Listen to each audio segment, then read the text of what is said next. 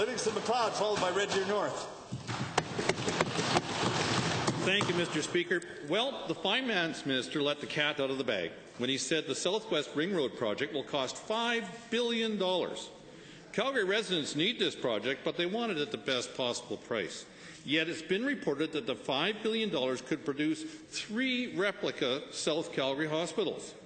To the Minister of Transportation, if the 46-kilometre Stony Trail East Freeway costs $1.4 billion, why in the world is the 41-kilometre West and Southwest Ring Road project projected to cost a whopping $5 billion? The Honourable Deputy Premier for Minister of Finance. Mr. Speaker, I thought I might take this first piece because I understand that the Calgary Herald is quoting a statement that I made at a Chamber of Commerce luncheon a couple of weeks ago.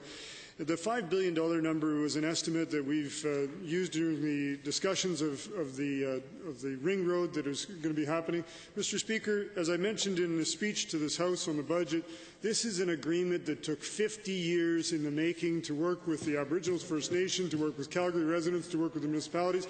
The honourable member knows that this is a very important project, not only for Calgary but for southern Alberta to move those through. We anticipate, Mr. Speaker, that it's going to be around. First supplemental. Thank you, Mr. Speaker. Well, given the Minister of Finance already announced the cost of the project at $5 billion, and given his government is considering a P3 to build and finance it then, how does the Minister of Transportation plan on getting the best possible value from bidders when he's already let us slip how much money is in the envelope? Honourable Minister of Transportation. Mr. Speaker, this is quite hilarious. Last week they were trying to get me to commit to a number.